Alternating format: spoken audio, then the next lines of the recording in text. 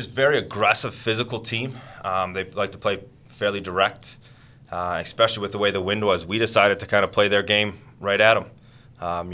Got some quality minutes from Alex Lambert and Dana Lytle up top, which was huge. Just looking to kind of stretch them a little bit, get them on their heels, opens up some space for that ball for our midfielders. Typically we like to keep the ball on the ground and play through our forwards' feet. Decided to try and stretch them a little bit more, and sure enough, it's exactly how the goal came. Fell to our center midfield feet, found our forward, and there we are, 1-0. Sophie, talk about playing against the wind in the first half. Talk about what you guys had to do differently. Was the ball flying differently? What was going on in that first half? Yeah, first half was quite difficult because we had to drop much more than we normally do. So it was much harder because every ball they would try to go directly forward, so we'd have to drop as soon as the other team had a bit of space, either their backs or their midfield. As soon as they had room in front of them, we know that they were kicking it or they were playing their forward. So we had to drop much quicker than we do and much deeper than we do. Sean, talk about the play of Sophie and Jackie this past weekend. Talk about how they were able to continue the scoreless streak for the season. Yeah, I mean, you look at it, the fact that we have yet to concede a goal all season is a testament to our entire back line. And the two sitting up here right now are the rock of that. And you look at Kristen and Angel and Laura, they played every minute in the back this weekend. The 110 minutes on Friday with double overtime, and then came right back on Sunday and played the full 90. But it's just you can see the confidence amongst their teammates that we know when we're under pressure, they're stepping up. And again, anytime you don't concede goals, you're going to give yourself a chance to win every single game. It's one of those positions where you don't necessarily get all the headlines and all the press about it. A lot of it, when we do it, it falls to Laura, who came up and made some massive saves. But these two players right here with their big-time tackles, clearing headers late in the game, it's little things like that don't ever show up on a stat sheet that is why we're as successful as we are right now. Talk about Laura a little bit. Sunday was obviously her best game. She made a couple big diving saves. Talk about how she's developed so far, only 4 games in. Again, it's just she has a confidence to her play, which now trickles through the entire team. Again, with our back line playing as well as they do and just team defending, she's not called upon every 3-4 minutes to come and make big saves. We have long stretches where she's not really involved in the game, but she has this great ability when she is called upon to make a reaction save, tip it over the bar. She's every question that's been asked of her, she's answered. It's been fantastic. Jackie, Friday night game was a little physical and there wasn't many whistles. Talk about how you guys adjusted after seeing that they weren't gonna call it very tightly. Yeah, that was definitely frustrating, and it was definitely a really physical game, I think. But I know for the back line, there's not much that we can do about it. If the ref is gonna call it, we can't be soften up and just be oh, okay, well then I won't hit her as hard. When you're in the back line, you got to do what you got to do, and if he's gonna keep calling fouls, then you got to keep making those fouls and just hope that you can trust your back line to make sure we get it out if it's a free kick or if they play it off or whatever. You just have to keep doing what you do and try not to let it affect you as much. Sophie, talk about how 110-minute tie on Friday night. Talk about how you as a defense take that as a prideful effort. Talk about what you guys do. Do you try to do that every time, or would you rather it be a 5-0 game? I mean, I would like a 5-0 game any day over a tie, but no, it's challenging, 0-0 for 110 minutes and always trying to go forward, but we pushed through it the whole game. Everyone, the 110 minutes, everyone gave everything they got from the first minute to the last. And yeah, it's frustrating as 0-0 tie, but we kept trying the whole time. Sean, talk about you guys came up with the player of the match following each match. Talk about what that means to the girls and to you as a staff. Again, it's just something that we wanted to just maybe recognize maybe an exceptional performance for that particular game. As the staff knows and every one of the players knows, the team efforts is why we're successful right now, and it's been tremendous. But it's nice to kind of recognize maybe that above and beyond. And the best part as a coaching staff is there's 4 or 5 players every game that we're sitting there and having a little debate on who kind of is deserving. And the reality is there's probably more than one player. Friday night, you look at 110 minutes, what we were asked to do that day. You know, and it came down to Sophie on that day, and it was just a top to bottom perfect game for her, offensively, defensively, and that's tough to do, you know, because Duquesne was creating chances, whether it was a big-time tackle or just relieving pressure, you know, with an outlet pass. She really rose to the occasion on Friday. And then really proud of Courtney Mann on Sunday, especially, too, knowing that she wasn't having her best game going into that second half. But, again, it's a testament to her leadership.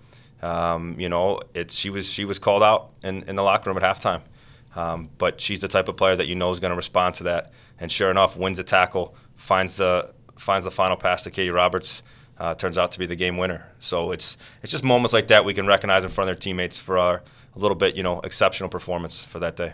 Sophie and Jackie, you've both been awarded the player of the match after the game. Talk about how it feels for you guys getting that recognition after a hard-fought match on Friday and last week for you. Talk about how that feels in front of the team getting that recognition. I think it feels really good. Like Burke said, it's not really a glorified position. You're not going to get headlines in the paper about it and stuff. So it's nice just that your teammates recognize it and that your coaches recognize it, because when it comes down to it, at the end of the day, that's like what really matters and stuff. So it's just good to hear. Sean, Katie Roberts has been playing at a high level. She scored the game-winning goal, obviously, Sunday. Talk about her as a senior. Talk about her play so far. Yeah, the biggest contribution she's actually making is the style that we now play and have changed. She is probably the most important part, because we're looking to find our forward feet early and often. And her ability to hold the ball up, play with her back to goal, link up with the midfield play, that's been the biggest help. That's allowed us to get a lot of numbers in the attack. And you see off the stat sheet, you know, we're creating all these chances now. She's a big reason for that. You know, these two especially, they'll tell you they're on the ball, they're looking for her feet right away. As much as we can play through them, that's how much more dangerous we're able to be. You know, and we're getting our chances, and she's a force. She's got to keep shooting, right? And the goals will keep coming for her. But she's just got to keep that aggressive mentality, and they'll come. Jackie, how's the solid mid-play field helped you guys defensively, having a lot of girls rotate in there, and how have they helped you guys? I definitely think it's good because, like, even playing midfield before, it's so much running. So it's nice to have the depth to have, like, Courtney to be playing 100% and giving her all, and then Ashley be able to step into that position and even take the level up to the next notch. And, like, like I said, like, they're always running. It's just good because you have a constant level of high effort in there. Sophie, you guys are 3-0 at home this year. Talk about a little bit of the home field advantage that you guys face each year. Talk about how playing here is different than on the road. Well, it's easier playing here because we have, like, our fans and our supporters and stuff, and we're so used to our field and our new turf.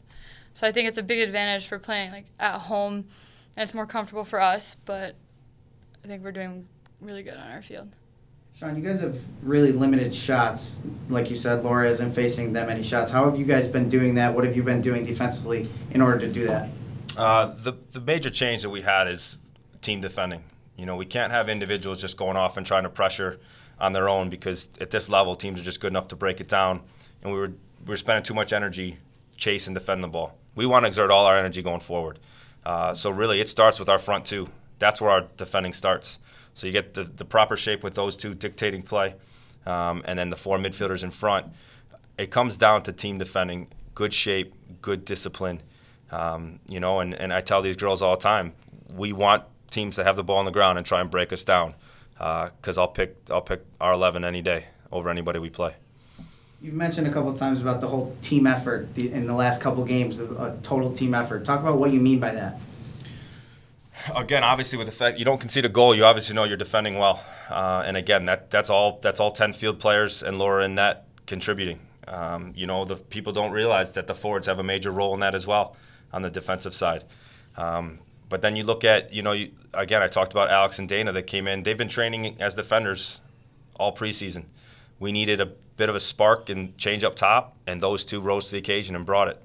And we've been that's the way our bench has been all year. We're asking girls to come in, play something maybe outside their comfort zone, and there's been zero drop-off, and Jack even mentioned sometimes it's even taken us to a different level.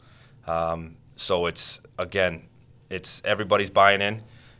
You have that luxury that you can call on anybody anytime at any position.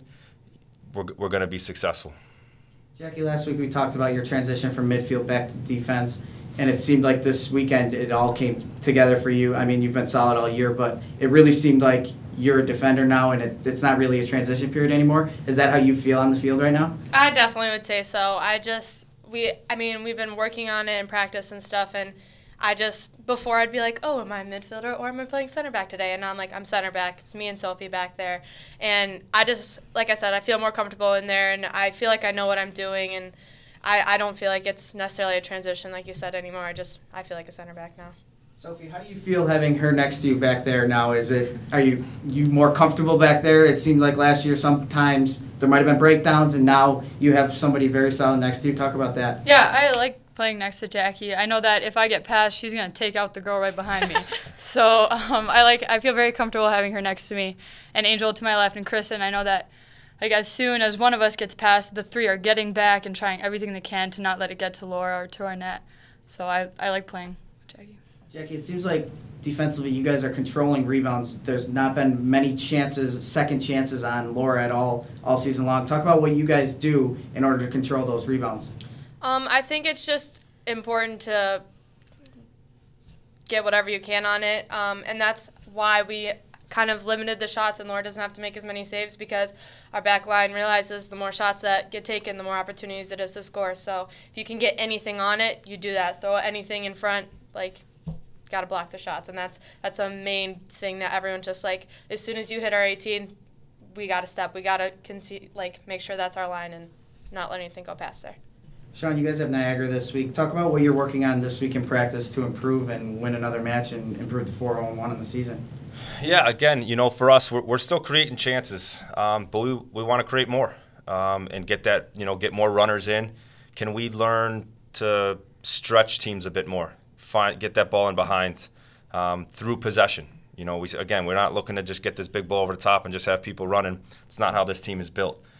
So the biggest concentration for us right now is continue getting numbers forward, continue to be aggressive, and just try to create more quality chances.